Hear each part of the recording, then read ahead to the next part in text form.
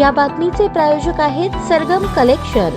रमजान निमित्त होलसेल पेक्षा स्वस्त ब्रँडेड शर्ट। आमचा पत्ता जगदंबा चौक, सोलापूर।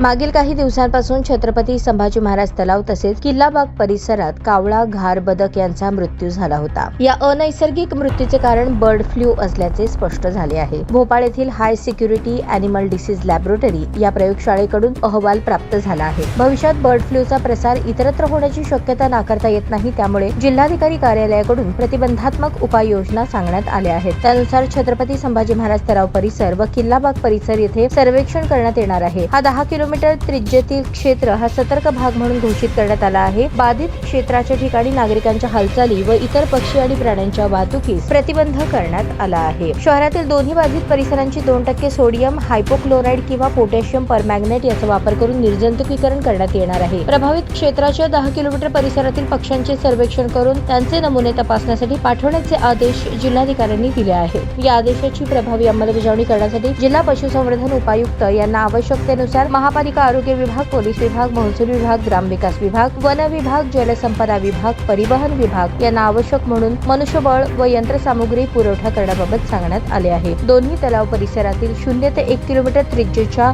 बाधित क्षेत्रात व 0 ते 10 किलोमीटर त्रिज्येच्या सर्वेक्षण क्षेत्रात कारवाई करण्यास सांगण्यात आले आहे। पशुसंवर्धन विभागाने आजारी पक्ष्यांचे नमुने व मृत पक्षी तात्काळ तपासणीसाठी पाठवावे, त्यांचा अहवाल प्राप्त करून घ्यावा असेही जिल्हाधिकारी कार्यालयाकडून सांगण्यात आले आहे। मृत पक्ष्यांची विल्हेवाट शास्त्रोक्त पद्धतीने लावण्यासाठी किमान 3 फूट खोल खड्डा करून त्यामध्ये चुना पावडर आणि पक्षी पुरण्याची प्रक्रिया पूर्व परवानगीने करण्यात यावी। या आदेशाची प्रभावी अंमलबजावणी करण्यासाठी पोलीस बंदोबस्त पुरवण्यास आदेश नमूद करण्यात आले आहेत। डॉक्टर सतीश सुरेश चौगुले, पशुशल्य चिकित्सक, सोलापूर महानगरपालिका। सद्यस्थितीत काल नोटिफिकेशन प्रसिद्ध झाल्यापासून आमच्या महापालिका परिसरातील किल्लाबाग तसेच कंबर तलाव हा परिसर लोकांसाठी प्रतिबंधित करण्यात आला आहे। तसेच आरोग्य विभागाच्या मदतीने आम्ही जिथे मृत कावळे आढळले होते तो भाग निर्जंतुकीकरण करून घेतलेला आहे।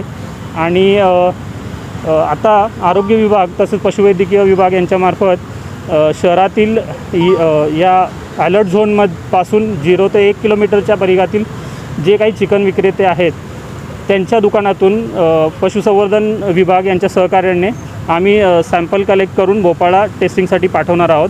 सद्यस्थितीत फक्त कावळ्यांमध्येच मरतूक झालेली आढळून आलेली आहे आणि आता यांचे सॅम्पल पाठवल्यानंतर त्याचे काही निष्कर्ष येतात त्यावरून नॅशनल ॲक्शन प्लॅननुसार पुढे कारवाई करण्यात येईल।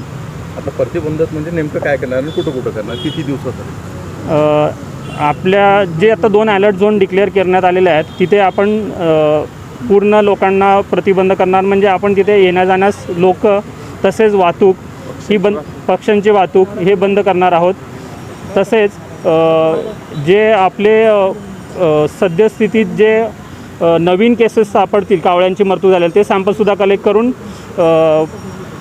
पशुसंवर्धन विभागामार्फत आपण टेस्टिंगसाठी पुढे भोपाळला पाठवणार आहोत। हे जे सील किती दिवसासाठी असतं? तसेच संबंधित हा एरिया जनरली नॅशनल ॲक्शन प्लॅननुसार 21 दिवसासाठी हा क्षेत्र प्रतिबंधित असेल।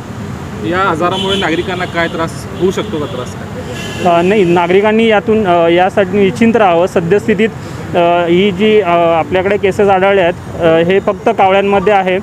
नागरिकांनी जनरली मृत पक्षी दिसल्यावर त्याला उचलू नये किंवा हात लावू नये, किंवा जर त्यांना दिसलं मृत कावळा आढळला आहे तर त्यांनी महापालिकेच्या आरोग्य विभागाशी किंवा पशुवैद्यकीय विभागाशी संपर्क साधावा आणि अशा क्षेत्रांची लोकांनी स्वतःहून महापालिकेकडे नोंद करावी की अशा ठिकाणी या ठिकाणी हा कावळा मृत आढळलेला आम्हाला सापडला आहे। जे लोक आहेत त्यांच्यासाठी काय सूचना असेल? सद्यस्थितीत घाबरण्यासारखं काही कारण नाही। जे आता चिकन खाणारे किंवा त्यांचे जे अंडी खाणारे लोक आहेत त्यांनी पूर्णपणे 100% ते जे मांस आहे ते उकळून खाण्यास हरकत नाही। मी डॉक्टर भास्कर पराडे, सहाय्यक आयुक्त, जिल्हा पशुवैद्यकीय सर्व चिकित्सालय, सोलापूर। आमच्याकडे दिनांक 9 तारखेला 9 मार्चला वन विभागामार्फत कावळे मृत या ठिकाणी कंबर तलावाच्या जवळपास 11 कावळे मृत झाले होते आणि ते 11 कावळे त्या वन विभागामार्फत आमच्याकडे 9 तारखेला रविवारी आणण्यात आले।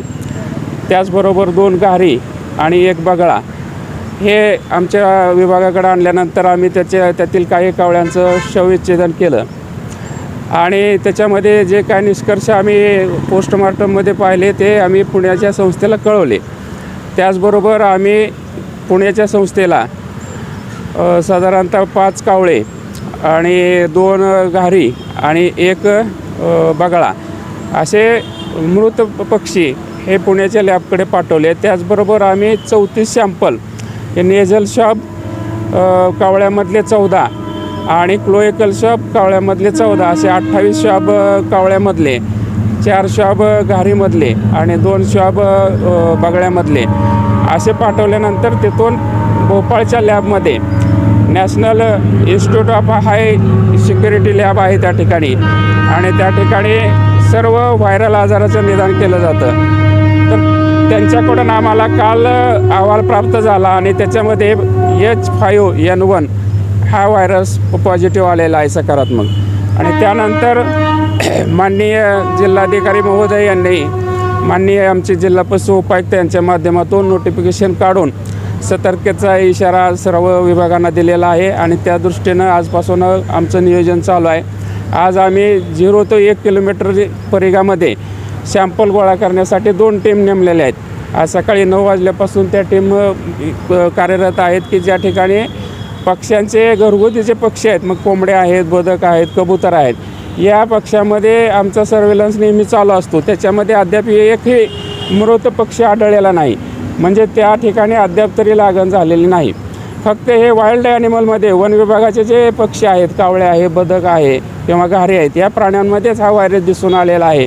तरी पण आम्ही उद्याच्याला ते सॅम्पल पुण्याला परत पाठवणार आहोत आणि पुण्यामार्फत भोपाळच्या लॅबमध्ये पाठवून त्याचे निष्कर्ष काय येतात ते जर पॉझिटिव्ह निष्कर्ष आले तर त्यातले पुढील कार्यवाही आम्ही 0 ते 1 किलोमीटरमधल्या पक्ष्यांचे पूर्ण विल्हेवाट लावणे किंवा जे काय गाईडलाईन्स आहेत ते शासनाच्या, केंद्र शासनाच्या, त्याप्रमाणे आम्ही त्या ठिकाणी काळजी घेणार आहोत. त्याचबरोबर 0 ते 10 किलोमीटरच्या एरियामधला सुद्धा सर्वे चालू आहे. त्या ठिकाणी काय प्रॉब्लेम आहेत का ते पण आम्ही या ठिकाणी दक्षता घेत आहोत. त्याचबरोबर वर्षभर हा आमचा प्रोग्राम चालू असतो. जवळपास आमचे 1600 सॅम्पल आम्ही या जिल्ह्यातून पाठवलेले आहेत वर्षभरामध्ये आणि त्या वर्षभराच्या सॅम्पलमध्ये कुठल्याही प्रकारचं अद्याप निदान त्याचं पॉझिटिव्ह आलेलं नाही.